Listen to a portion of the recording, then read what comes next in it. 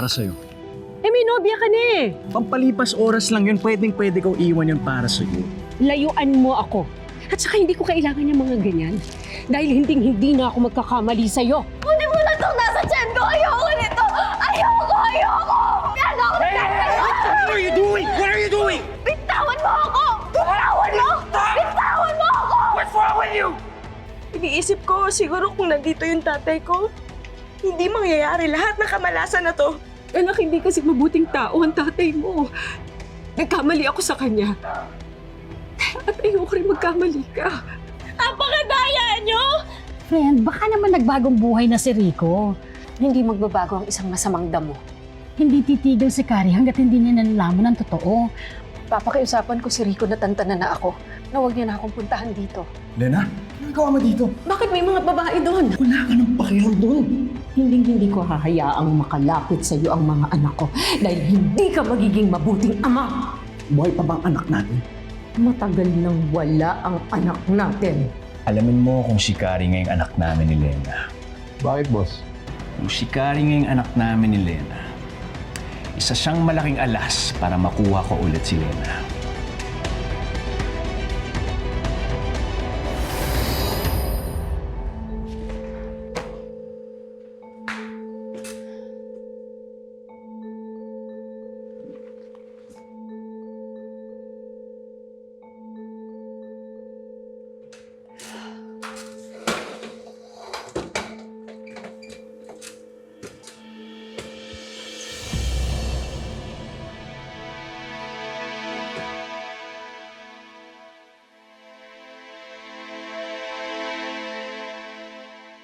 Gina, Kari, miss na miss ko na kayo.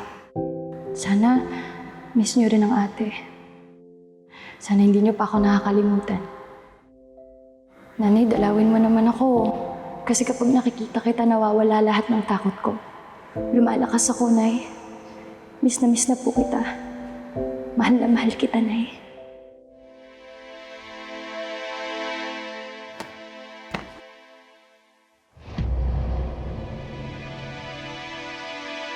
Sino yan?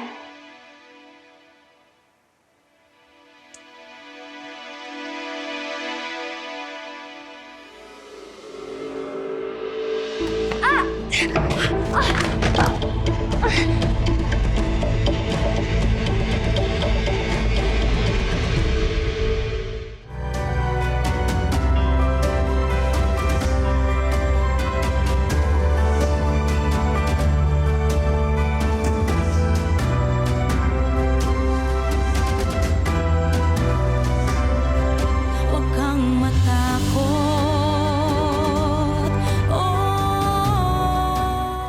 Oh, tama nga ako. Nagbago na talaga si Rico. Mas naging hayop siya. Talaga bang magbenta siya ng mga batang babae online? Diyos ko naman! Alam mo, friend, nung nakita ko yung mga babae, parang nakita ko yung mga anak ko. Awang-awa ako sa kanila. So ano, magsusumbong ka sa pulis? Yan ang tamang gawin. Pero friend, mahirap kalaban si Rico. Baka gantihan ako at lalong gumulo ang buhay ng mga anak ko. So paano si Kari? Hindi ko ilalagay ang buhay ng anak ko sa ganun. Baka mamaya kung ano pa ang gawin ng Ricong yan sa anak ko. Madamay pati si China. Alam mo naman, friend, ang dami-dami na nga pinagdadaanan ng anak ko na yun.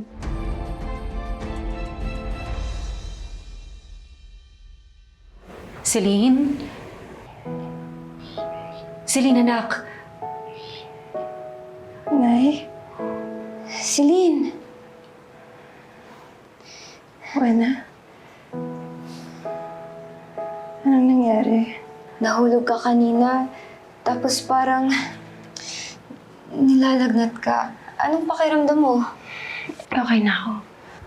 Okay lang ako. Huwag kang tumayo. Pahinga ka lang. Marami pa po akong gagawin. Lalong lalala yung pakiramdam mo pag bumalik ka sa trabaho. Alam niyo naman makagalit po sa akin. Ako na ang bahala kay Ma'am Darla. Ako magpapaliwanag. Magpahinga ka lang. Sige na. Si Lynn balik. Magpahinga ka. Celine, nasa tabi mo to kanina.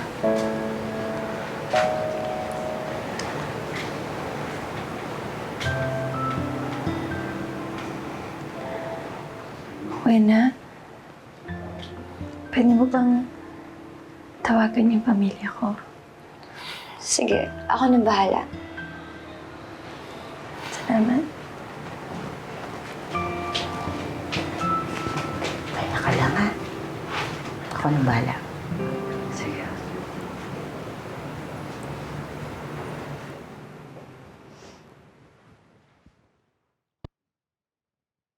Ma'am. Baka naman pwedeng makainin ng Yossi dyan. Bakit? Birthday mo ba?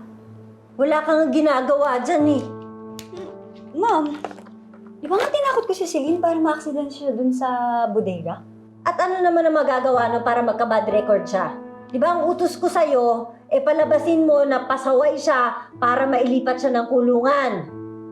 Sige na, ma'am. Babawi ako paglabas niya dun sa clinic. Oh, Aba. pasok!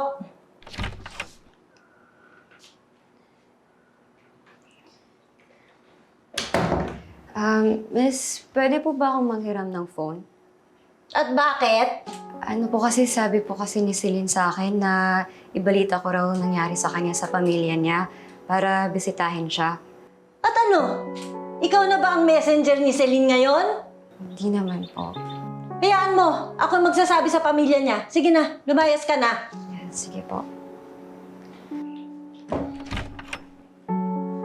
Ma'am, totoo bang babalitaan mo yung pamilya ni Celine? Hindi.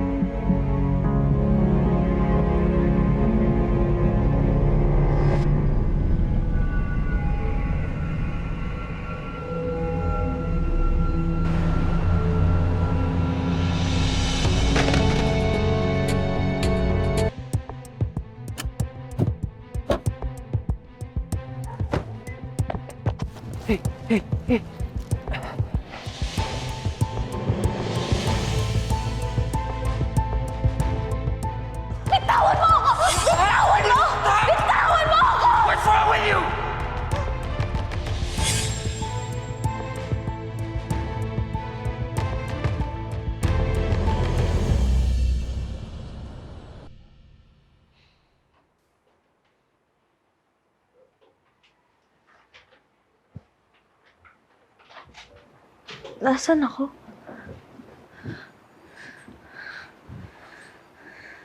Nasa health center ka. Ito yung pinakamalapit eh. Anong ginagawa mo dito? Nahimatay ka sa daan, kaya dinala kita dito. Hinihintay lang natin yung go signal kung okay na. Pwede ba umalis ka na? Hindi ko kailangan ng tulong mo. Sinira niyo ang buhay namin. Seryoso ka ba? Ikaw talaga yung may lakas ng loob para sabihin yan? You guys ruined my family! Your sister killed my brother! Right? I can't believe I felt sorry for you. You know what? You are for the streets. That is where you belong. I should have left you there. Hindi ko kailangan ng awa, lalo na kung galing sa'yo. Pwede ba umalis ka na? Okay, I will.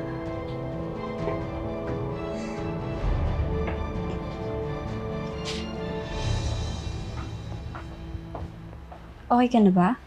Okay na ba pakiramdam mo? Oo, uwi na ako. Wait. Teka, basta yung napapagod.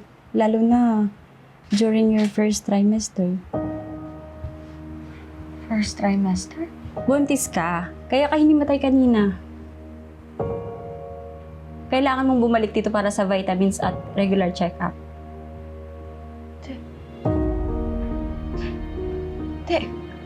Hindi ako buntis. Hindi ako buntis, kaya huwag mo sasabihin yan. Hindi ako buntis, ayoko sa baby. Hindi, ayoko. Ayoko. Kain ka muna. Salamat, ate.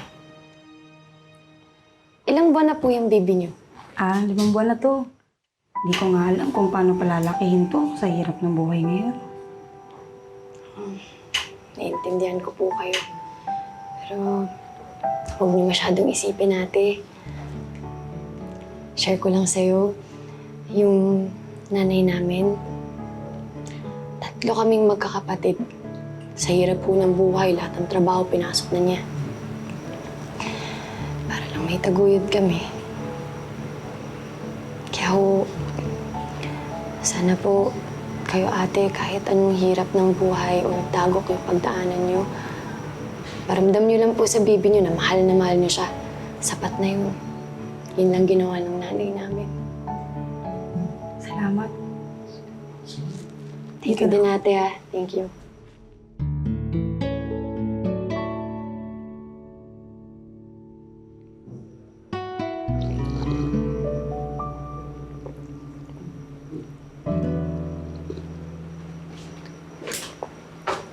Uy! Gising na pala yung prinsesa ng bodega. Maggie, pwede ba? Masama yung pakaramdam ko. Kaya mo naman ako magpahinga. Yung prinsesa, inuutusan na ako. Maggie, please. Oo na.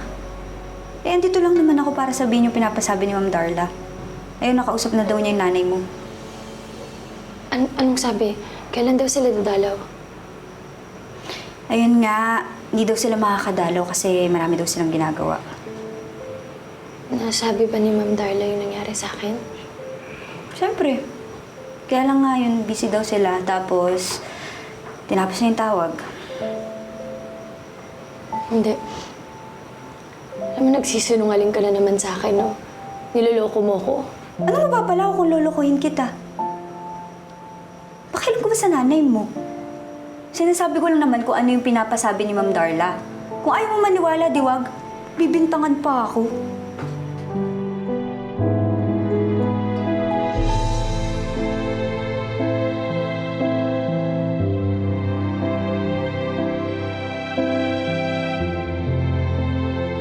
Hello, China, anak.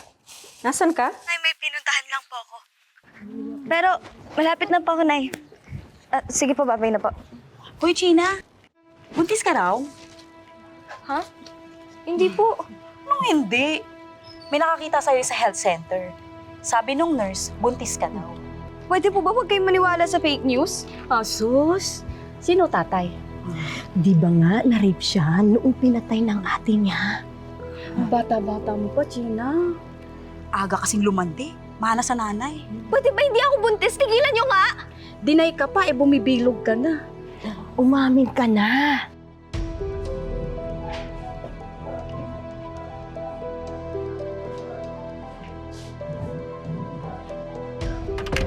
Tumigil nga kayo!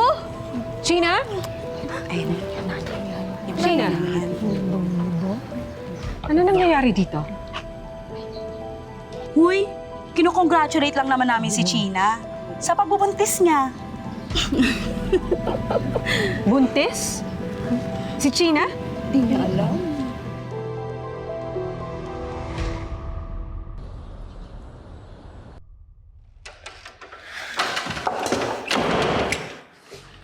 Oh! Lance! Lance! Oh, what's up? Mukhang mainit ang ulo mo, anak. Ano ba? What's happening?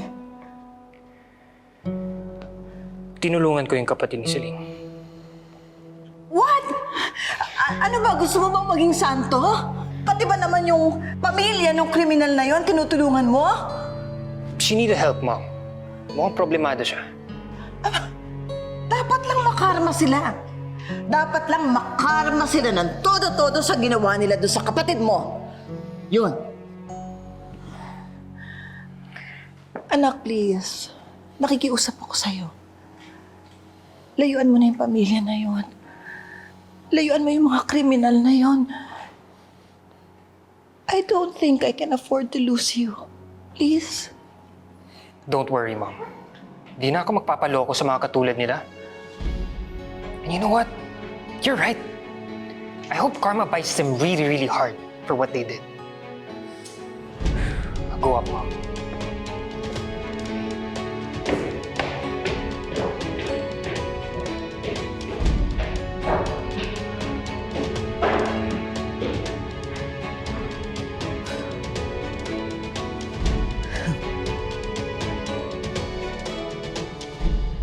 Hindi buntis si China. Kayo talaga wala kayong mga magawa eh. Puro kayo chismis. Nauna pa pala naming nalaman. Kesa sa'yo, anong klase kang ina? Anak-anak ng marami, di pala kayang alagaan. Anong pinagsasabi niyo dyan?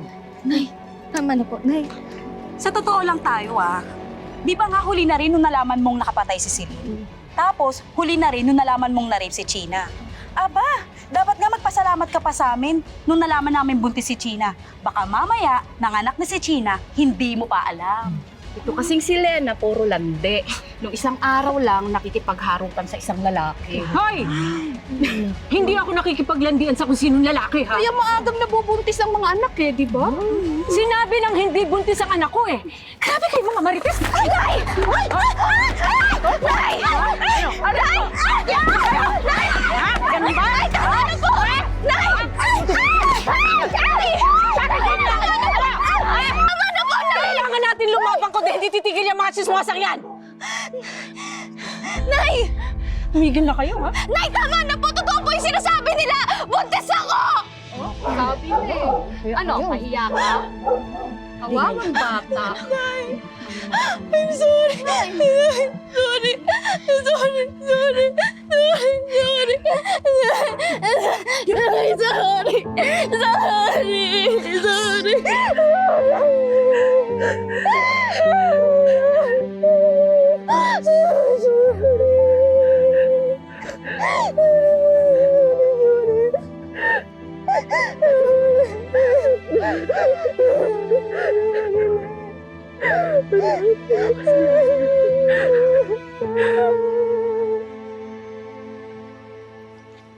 Oh, Celine.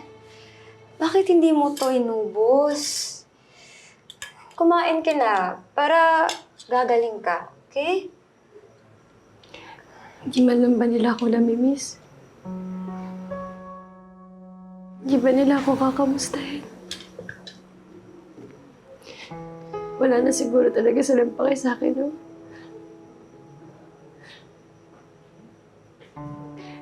Hindi ko naman hinihingi yung buong araw nila eh. Kahit isang oras lang masaya na ako. Kahit nga ilang minuto lang eh.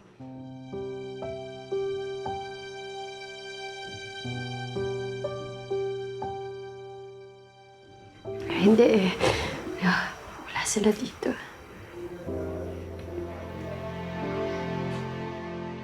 Ikaw, dinadalo ka pa ba ng pamilya mo? Sa totoo lang, hindi na. Kinahihiya nila ako. Ayaw nila madumihan yung pangalan nila eh. Pero, tanggap ko rin naman kasi kasalanan ko. Tanggap ko kasi wala na akong ibang choice. Ito na yung kapalaran natin, Celine. At kapag hindi natin tatanggapin, lalo nang tayo masasaktan.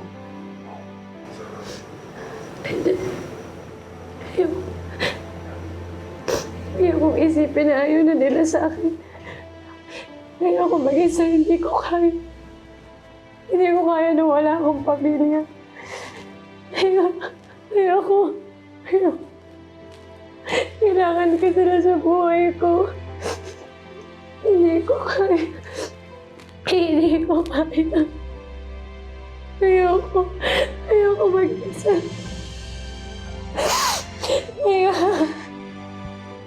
Ayaw ko.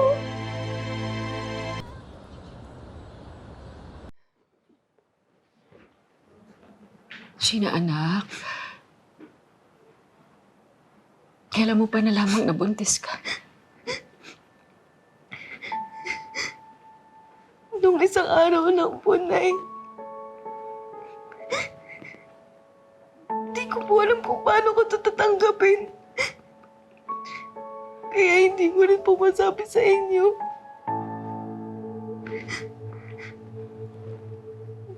Ay, natatakot po ako. Natatakot po ako na baka magalit kayo sa akin. Anak, huwag kang matatakot. Kahit ano, anak, pwede mong sabihin sa akin. tayo eh. Nay, ayoko po nito. Ayoko po nito. Isa itong pagkakamali, Nay. Bata-bata ko pa, Nay. Hindi ko ito kayang alagaan. Intindihan kita, anak. Nay, pinagchichismisan na naman po ako ng mga kapitbahay. Nanay, nabuntis. Baka wala. Nay, ayoko na ako. Nakakahiya na po. Hayaan mo silang mag-ingay, anak. Huwag mo silang intindihin. Anak, ang importante, nandito kami ng mga kapatid mo. Tayo magsusuportahan. Ay, ayoko dito. Ayoko dito. Ayoko. Ayoko. Sana wala na lang ito. Nay, sana wala na lang. Ayoko. Anak, tama na. Huwag mo sasaktan ang sarili mo. Anak, alam niyo ba? Alam mo ba na nung pinagbubuntis ko kayo? Anak, nahirapan din ako. Pero ni minsan, hindi ko hiniling na hindi kayo dumating sa buhay ko.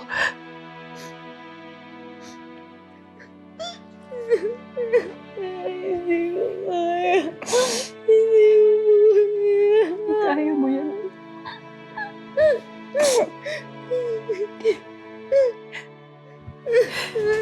Gina? Nay? Nabalitaan kayong nangyari. Gina, sorry. Hindi ko alam yung pinagdadaanan mo. Sorry. Anong gagawin mo sa baby mo? Aalagaan natin si China. Aalagaan natin ang baby niya.